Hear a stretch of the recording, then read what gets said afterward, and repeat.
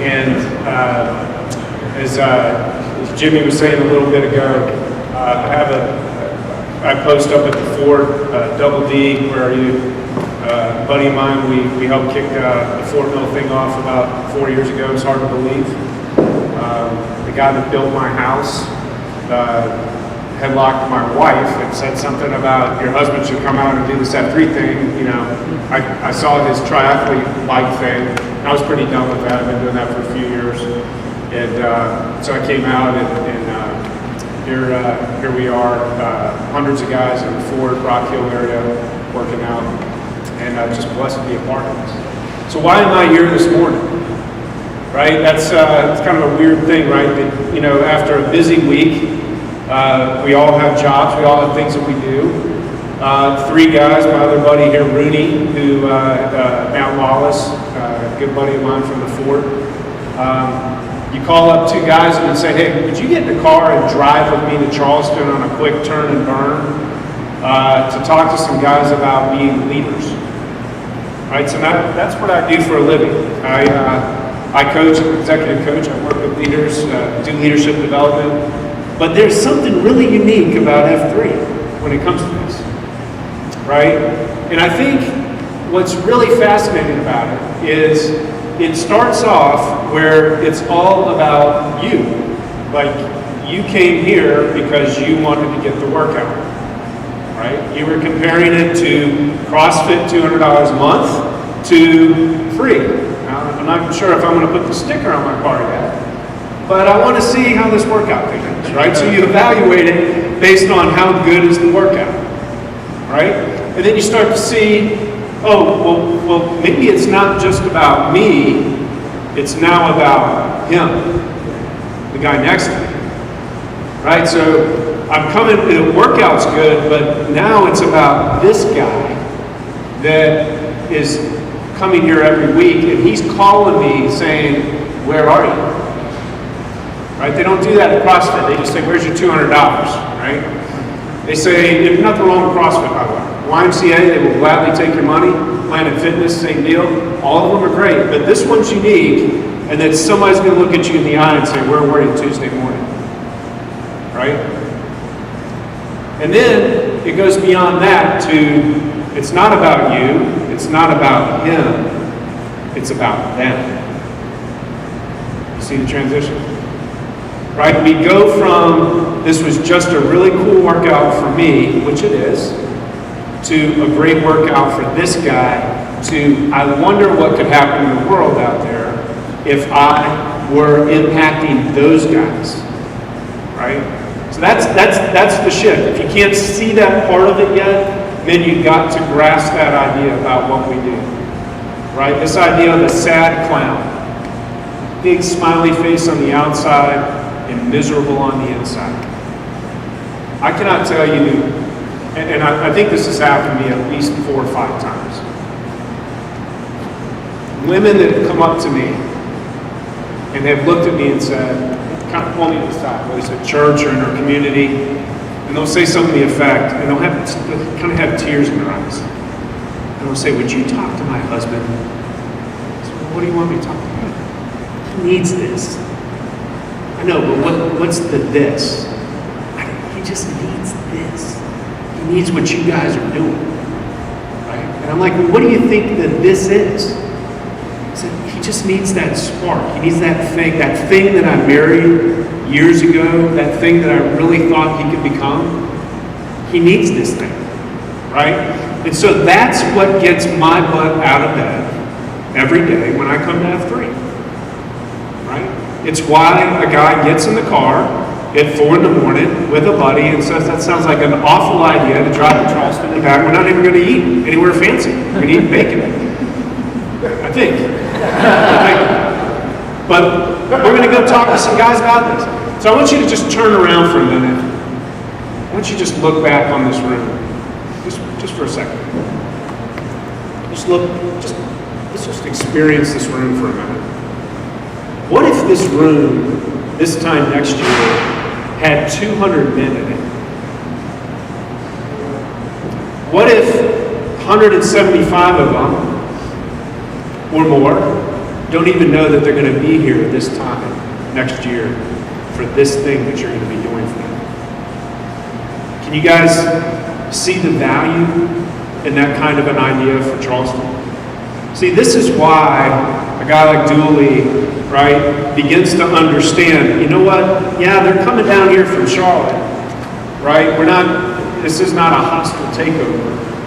But there's something going on in that email dialogue of, yeah, you're right, it's not about us. It's about them. And so we have to check our ego. We have to check the idea to the door that we're leading the best workout, that we have the best region, and realize we're just trying to impact people, right? So I tell you that because if you can't grasp that part of the why, this is going to be just a workout group for you that will slowly fade away, and you'll just compare it to yoga, bar class, CrossFit, whatever the next fad that comes through. That's the difference, right? Several years ago, my wife, we were living in Minneapolis, and I had a great job at times working for a company called Toro, and it was freezing cold that morning, and I was checking all the boxes, just going through life. You know what I'm talking about? She's laying in bed, pitch black in the room. I had already gotten dressed. I remember vividly. I was putting my watch on, and I'm just kind of mentally getting ready for the day. And my wife, I hear her voice, can't see her. She just says, in a quiet, soft way, she says, "Hey, honey, I just wonder when you're going to start using your gifts to build God's kingdom in the world around you." Now, I'm thinking about that moment because what you need to know is I just finished an MBA program. I, got promoted. I'm feeling like I'm getting checking all the boxes, right? Hitting the mortgage payment. We got a nice Honda, in the driveway, right? Now, so everything's feeling good, right? I'm checking all the boxes I'm supposed to be doing. And I'm thinking I'm going through life as a high impact man, or I'm going through life as a man. Nobody really told me that it needed to be something different. And what I didn't realize is that I had a wife that was laying right there in bed, praying for me, asking God, I wonder what could happen if this guy started taking what he could do for God's glory and God's benefit. I don't know where you are in your faith, and I'm not trying to preach up here, but I'm telling you right now, your women and the people in your lives are counting on you. And they see something bigger in you than you can ever dream in yourself. And what happens is guys come out to F3 and they start working out and they lose their weight, right? And they get physically and fit and they go, gosh, there must be something a little bit more than this. And then their wife or somebody in their life sees them and they believe in that and they start to go, you know what, maybe I could do that. Maybe I could do that. And what they need is a channel. They need an outlet, like these three guys that just got up and spoke. They found an outlet, right? And so raise your hand if you have a heartbeat and you are a weaver. Would you guys put yourself in that category? Okay. Dredd talks about this all the time. The one thing that we love to do is we love to say in the work that we do, right, and as we go through life, we're like, if somebody would just take care of that thing.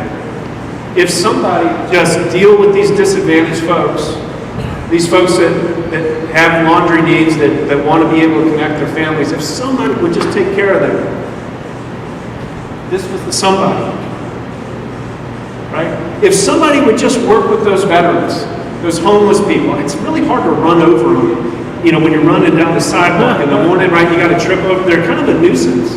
I wish somebody would take care of that, right? I wish somebody would deal with this problem in our schools. I wish somebody would mobilize this thing at our church that nobody's been getting done for a while.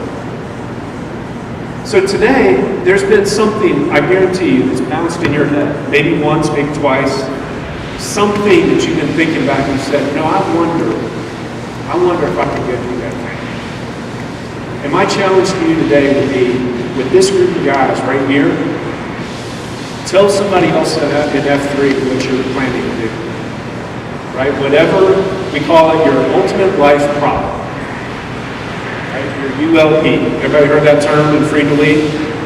Okay, there's a term called your ULP, ultimate life problem. Dread describes it as that thing that just really pisses you off. That thing that you look at and go, I really wish somebody would do something about that. Except you're that somebody.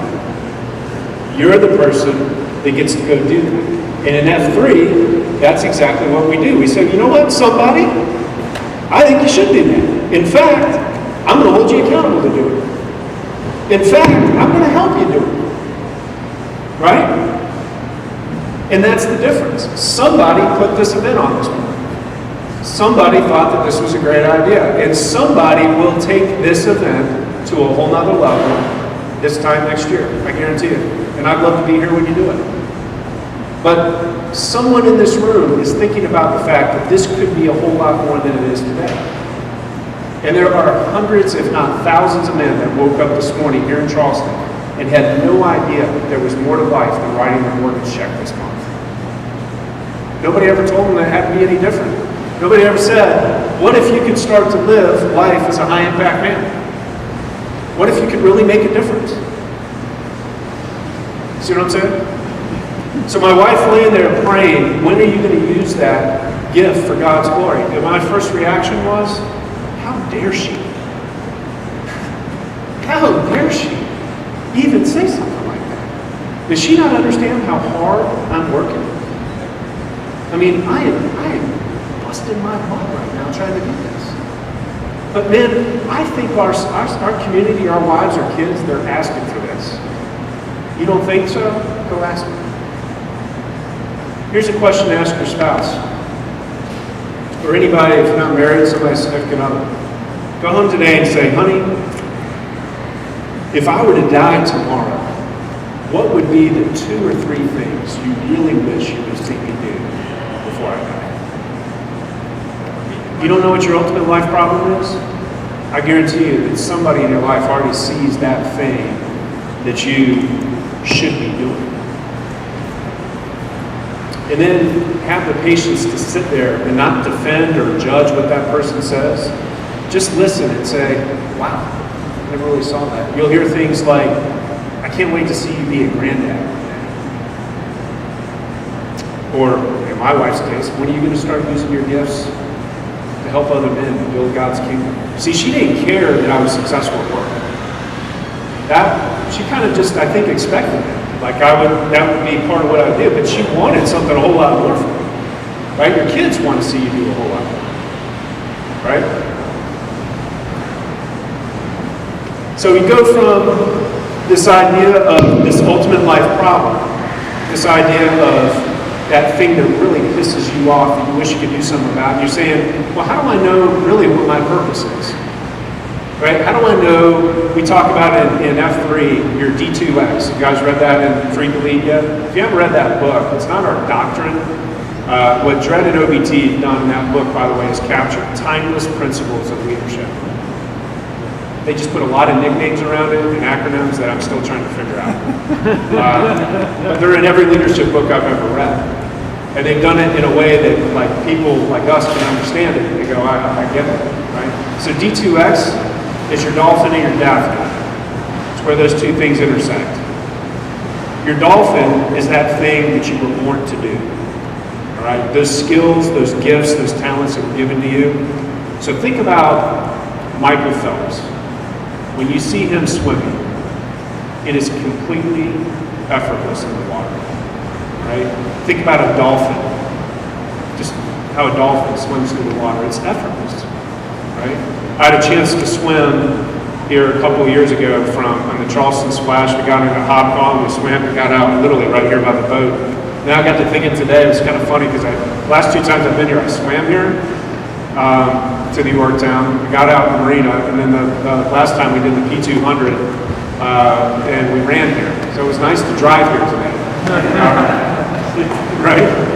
But the dolphin, I was not the dolphin. I love to swim, but Michael Phelps does that a whole lot better than I'll ever do it. But the dolphin does it a whole lot better than even Michael Phelps. But that's the thing you were born to do. That thing that when you do it, time just stands still. Right? You feel good about it. These guys that were speaking earlier, time stands still for them. This is what they're born to do. right? Their daffodil is that flower. Dredd tells a story about a guy in his platoon. It's a long story, you can read about it in the book, but essentially the guy tells him that he loves flowers. Dredd asked him, well, what's your favorite flower? He says, my daffodil. And the guy talks forever about how much he loves daffodils. This is in the Army, by the way, Special Forces. Yeah, it's not a common conversation that you're having, right? But Dredd's point is, and there's a lot written about this, it's where that dolphin and that daffodil come together that you really, we call it your D2X, right? And that's why this thing starts off as a workout, and then you start to move into some fellowship, and you meet guys that are doing this thing with you. And this idea of faith is really starting to ask the question, well, now that you say you are who you are, what are you going to do about it? Right? If you have this mission, who's your missioner? You ever think about that? You have a calling, who's your caller? It's this idea that there's a faith. I can't wait for our first Muslim brothers to join F3. I can't wait in hearing Jewish brothers talk about their faith. This is why we don't proclaim one particular faith. You seem to sense a sense of Christianity in what we do. It's obviously a dominant religion. But I love to meet any guy that can tell me, where does your calling come from? Where does your mission come from? I mean, I'll put my faith up against anybody's. I mean, that's my calling. That's right. But I'm not going to judge that. I want to know what gets that guy out of bed. And then over time, if my faith in what I'm saying I'm going to do is what I really proclaim it to be, that's called leadership. That's what Jesus modeled, right? So this idea of faith is really about, what do you stand for? What do you believe? Are you willing to do anything about it? Right? So this idea of D2X being that purpose and passion. So I like to think of it this way. I heard it defined as, it's where your great gladness, so where you're supposed to be in life, is where your great gladness and the world's deepest hunger meet. That's really where you're supposed to be. That is your calling. So if you can take your D2X and line it up to that hunger, that ultimate life problem, that's the math. That's what we're talking about. So the question is really, what do you do with a talk like today? Right? What's the next step? Well, somebody in this room is going to look around and say, you know what? I'm going to own that. Me and 3 or 4 guys, we're going to own this thing for next year. We're going to, maybe somebody saw one of the guys that spoke a minute ago about Third F and said, you know what? We're going to put together a group of guys, we're going to go home. Right? And you're going to tell somebody about it. If you keep it a secret, nobody's going to see it. That somebody just is now a secret. So you're going to have to take that and make it something bigger than yourself. You're going to have to tell somebody, you know what, I'm going to own that. You want to own that with me? And then as you tell people in this group, they're going to hold you accountable to get it done. Right? I mean, who doesn't believe there could be 200 men in this room this time next year having this conversation? I mean, I'll get in the car with Dredd, I'll get in the car with OBT, we'll come down here in a heartbeat. Not that the numbers matter, the impact matters, right? I don't believe for a second that this isn't, or I believe firmly right now that everybody in this room is exactly who needed to be in this room today. Matt called up and he's like, I'm not sure if we're going to have a lot of big numbers. We don't travel for numbers, right? I mean, when we started Rock Hill at the Fort, we did a plant, we went down there several weeks, and for consistently, I remember Dan and I talking about this, and one of our guys, Pusher, he's like, man, I don't know. It's not sticking, right? We're not sure how long, we kept pushing and pushing.